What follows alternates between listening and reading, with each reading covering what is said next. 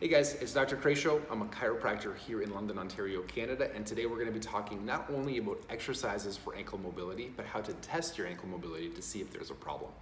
Ankle mobility is important because your body moves as a whole unit. Things like walking, squatting, bending over to pick something up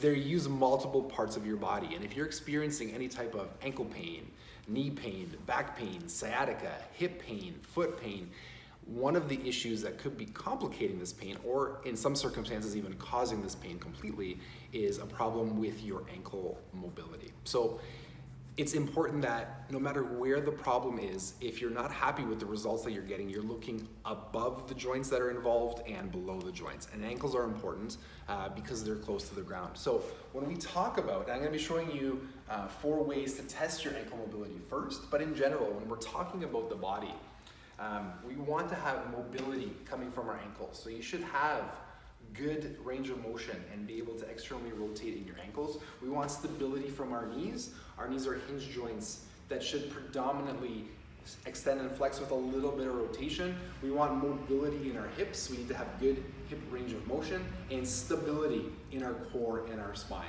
So test number 1 for your ankles is when you're squatting, and I'm hoping that you can get into a position where you're in a full squat, with your torso upright and your butt close to your ankles like this.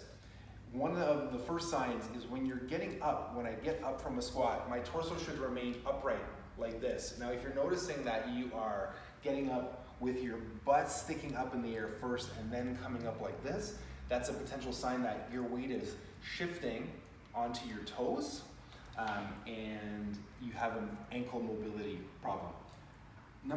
Test number two, when you're trying to get into a squat, if your heels start to lift and your weight goes on your toes like this, and you can see how unstable I am in this position, that's a sign that you have potentially some tight Achilles tendons because you can't get your heel to the ground.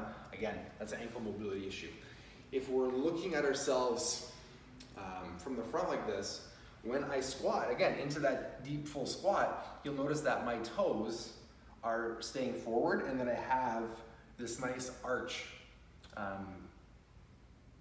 on both sides of my feet. Now, if your toes start to turn out, and if your feet go flat, or even if you have a bunion, right? Those are signs of poor ankle mobility. And the last one is going to require you to be barefoot, but I want you to take a look at the skin on the back of your heel, and it should be nice and smooth. There should be nice, smooth, tight skin that when you rub it, it should glide evenly around that bone on your heel. Now, if you have a bunch of jagged skin, if some parts are stuck and some parts move smooth, again, that could be a sign that there's an ankle mobility problem, and not just an ankle mobility problem in this case. It could be early signs that there's a problem with your Achilles tendon. Okay, so these are all positive tests for problems with range of motion for your ankles. Now, what do you do if you find range of motion problems and you're trying to improve them? The best exercise that I found is you have to find something stable to anchor yourself to like this. And I understand that you might not be able to get into a full squat, but get down as low as you can and then get some weight on your knee here. And what you're going to do is, for this exercise, I'm targeting my right foot here. And what I'm gonna do is I'm gonna spend some time getting into the end ranges of that ankle mobility. Okay, so I'm trying to put some pressure on the outsides of my ankle at that range, and it's gonna feel uncomfortable. So when you find a spot where it's tight, put some pressure on your knee or even with your elbow and lean into it.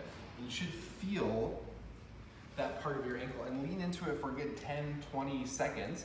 You don't want it to be too painful, just a little bit uncomfortable. And then what you can do is, after you've done that and tested both angles, you can test again your squat and your ankle range of motion.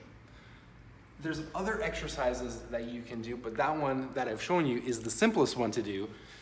because it doesn't require any bands. The other ones require bands or kettlebells or weights. This one is all body weight, and all you do and all you will need is a way to anchor your body and to have use the squat as a check and recheck. So if you have any questions, please post them below. I would love to answer them. I hope you're having a great day, and I hope this was helpful. We'll talk to you soon.